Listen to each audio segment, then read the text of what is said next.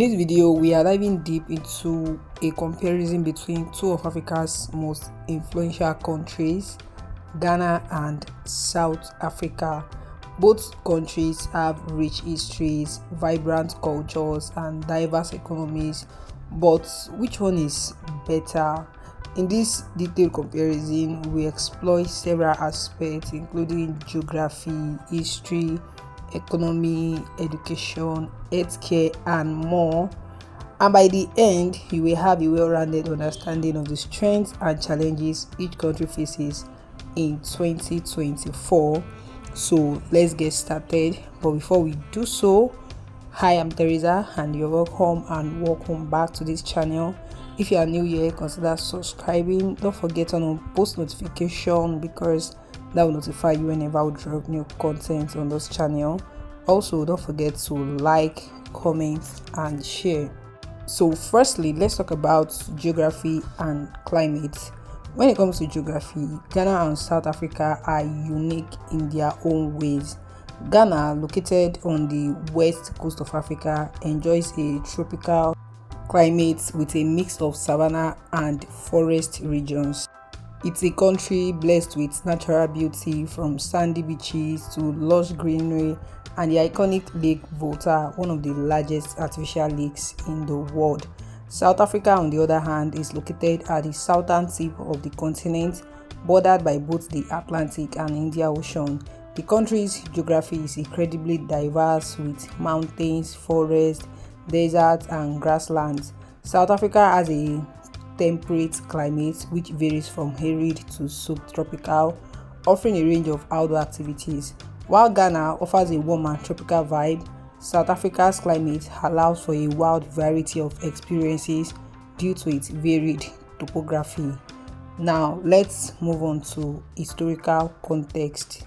Ghana holds a historical significance as the first African country to gain independence from colonial rule in 1957. Led by Kwame Nkrumah, Ghana's independence was seen as a symbol of hope for the entire African continent. Ghana's history has been shaped by its colonial past under British rule and its journey to independence, which has laid the foundation for its political stability and development. South Africa, on the other hand, has a much more turbulent history, particularly with the long apartheid era, where racial segregation and discrimination were institutionalized. The fight against apartheid, led by figures such as Nelson Mandela and Desmond Tutu, is a pivotal chapter in world history. In 1994, South Africa became a democratic nation, marking the end of apartheid, but the country is still working on addressing the inequalities that stem from that dark period. Both countries have rich histories that have shaped their current identities, but the struggle for independence and equality in South Africa is one that particularly stands out on the global stage. Now, talking about political landscape, Ghana is often regarded as one of Africa's most politically stable countries. Since its independence, it has held regular elections and power has shifted peacefully between parties. Ghana is a multi-party democracy with a strong emphasis on rule of law and human rights. The political system is relatively stable, making it an attractive place for investment and tourism. South Africa's political landscape, while democratic, is more complex due to its past. The African National Congress, that is ANC, has been the ruling party since the end of the apartheid. And though the country has held several elections, the party's dominance has faced challenges. Issues like corruption, inequality, and the legacy of apartheid continue to influence the political discourse. While South Africa remains a key player on the African continent, its political challenges are significant when compared to Ghana. Now let's talk about economy in terms of strengths and challenges. Both Ghana and South Africa are considered economic powerhouses in Africa, but their economies have distinct characteristics. Ghana has seen impressive growth in recent years, largely due to its thriving oil industry, gold exports, and agriculture. It's one of the fastest growing economies in Africa, and its government is committed to developing infrastructure, education, and technology. South Africa, with a much more diversified economy, boasts a strong mining sector, particularly in gold, diamonds, and platinum. The country is an industrial hub and has a more developed financial system compared to Ghana.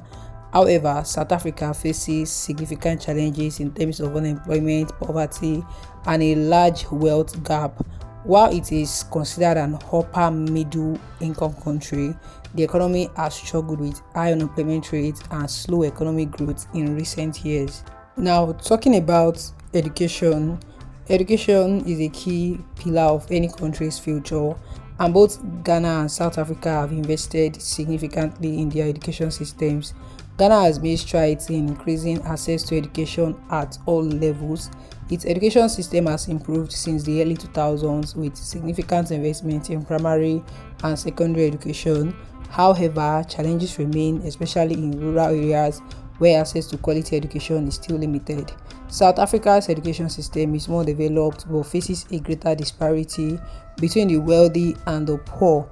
While urban areas have access to top-notch education, rural areas and townships often suffer from poor infrastructure and inadequate resources. Despite this, South Africa is home to some of Africa's leading universities, such as University of Cape Town and Stellenbosch University.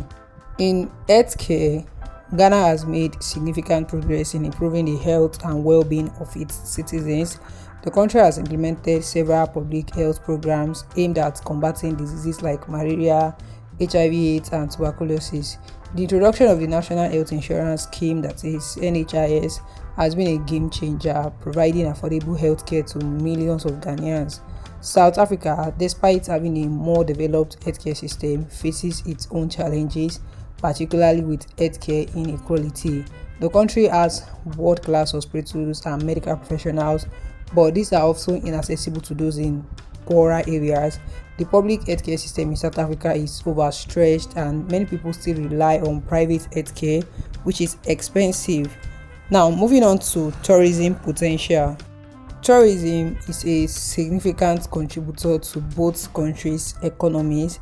Ghana is known for its vibrant culture, historical landmarks like the Cape Coast Castle and its beautiful beaches along the Atlantic coast. The country's rich history, particularly related to the transatlantic slave trade, draws tourists from all over the world. South Africa is one of the top tourist destinations on the continent, offering a wealth of attractions, including the world-famous Kruger National Park, the stunning beaches of Cape Town, and the iconic Table Mountain. The country also offers a variety of cultural experiences, from the vibrant township life to the rich wine regions of Stellenbosch. Now, talking about safety and security.